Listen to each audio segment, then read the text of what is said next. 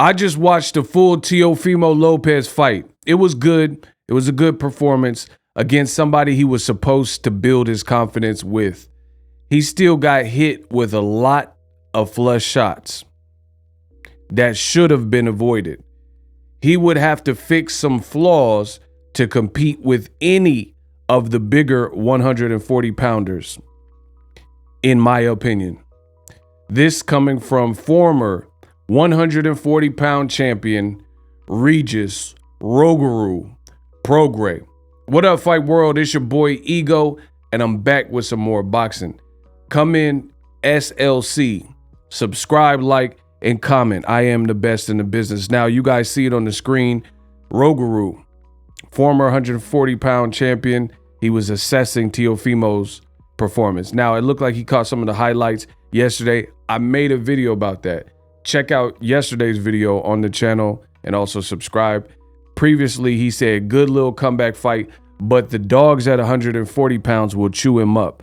Now, after watching the fight in its entirety, you have Prograis who comes back and he chimes in with just a bit more of a critique on what he saw based on, getting more of the fight and watching the whole fight. Listen, my thing with this, Teofimo, he won. That's the most important thing. Getting a W, getting a win back in the win column, coming off of a loss. Because we know in boxing, 2 losses simultaneously is very damaging for most guys to come back with. So bravo to Teofimo for getting that W, congratulations on his win.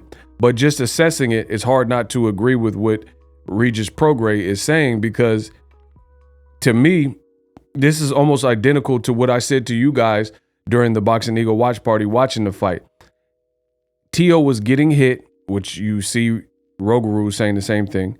He was getting hit, and for me, Campa, he was just a guy. This is Top Rank does this exceptionally well. They've been in the business since the 60s, 70s, Muhammad Ali, whatever, right, with Bob Arum. And they do this very well. They have clever matchmakers, and operative word being clever.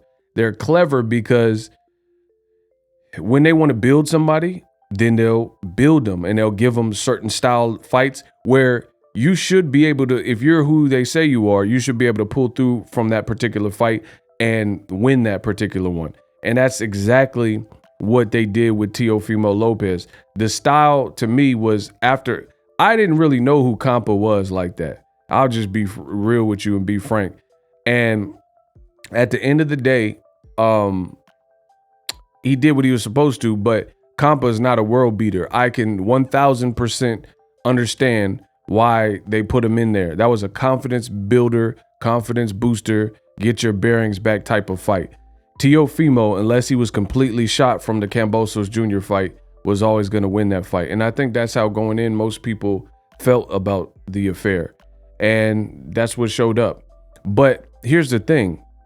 Teofimo, in the first 6 rounds, it was pretty competitive. And that's concerning given the lack of experience from Pedro Campa. He didn't really, they said on the telecast, he had only fought outside of Mexico one time. So he wasn't this world beater. He had a good resume on paper, but I can't really count that if you haven't fought known people, right? Roger Mayweather, rest in peace. One of the greatest to do it. Black Mamba, the original Black Mamba. Rest in peace to Kobe Bryant as well. But he always said, and it's so true, most don't know ish about boxing. They don't. And he always would say this, is like when people he'd be interviewed about this guy and that guy, and people are trying to prematurely anoint that person. The phrase that Roger Mayweather used to almost always say is who he beat.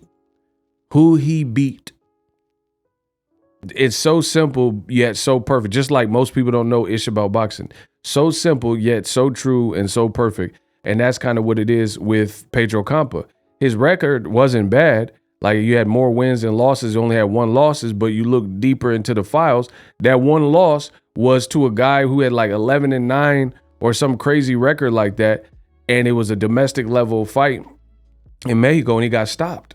So, you know, if Teofimo wasn't completely shot, he was always going to pretty much win. The other thing that's concerning is, aside from Teofimo getting hit, is he just looked like when he was getting hit, almost like PTSD.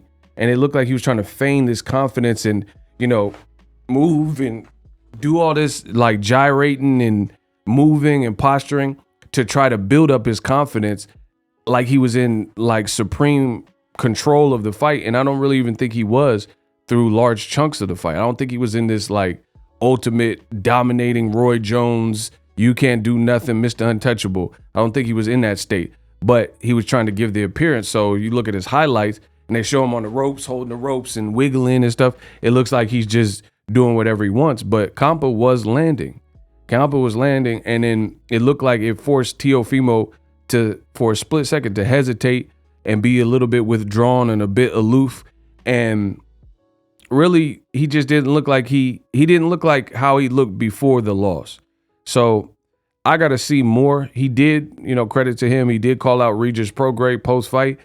I swear I do not see Top Rank making that fight for Teofimo next based on what I've seen, because Regis Prograis would be extremely dangerous for Teofimo off of that performance, because you can't make the same mistakes. Regis Prograis got a lot of pop.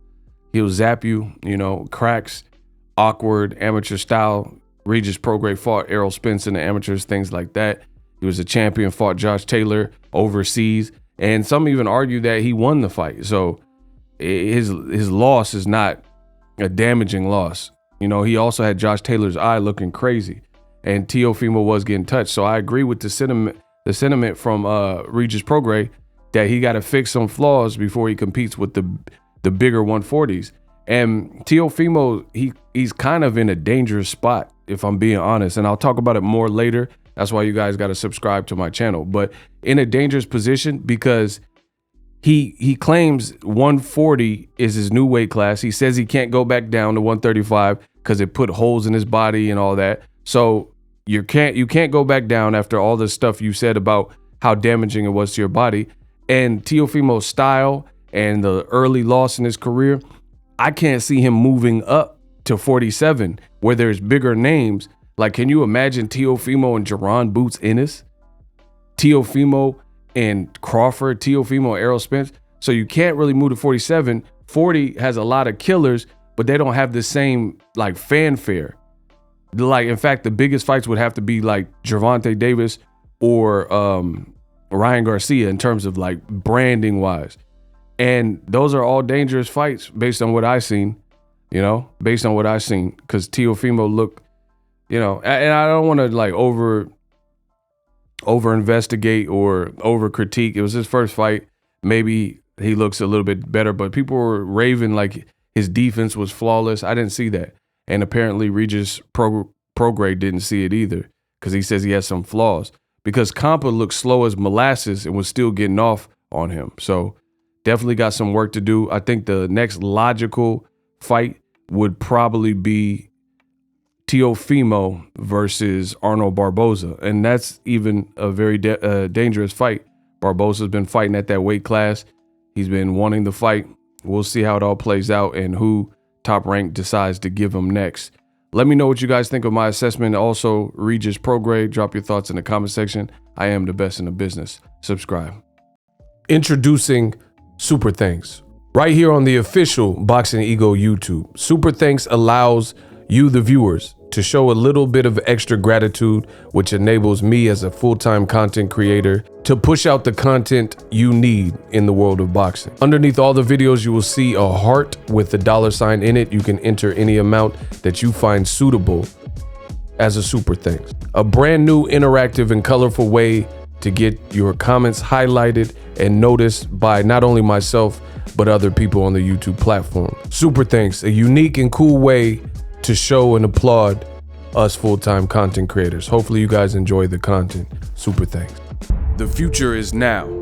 The Hibernation 5s by Kenichi Bear. Hybrid gaming and lifestyle headphones. Out of the box, you can connect to any console or PC. Bluetooth ready with a low latency USB adapter, color RGB, and extreme bass mode. The Hibernation 5s adjust to you. Whether you need a gaming, travel, gym, or lifestyle headphones, the Hibernations got you covered. The new Hibernation 5s, link in the description. Customize the way you hear the world. Welcome to the nation. Are you tired of your YouTube videos not getting any views? Well, consider TubeBuddy. I've used TubeBuddy for years to scale up my YouTube channel. Now we're sitting over 200,000 subscribers. TubeBuddy is a browser extension that offers a ton of built-in productivity and time-saving services to take your channel to the next level. Use my link in the description to get started with TubeBuddy and level up your channel faster. We work.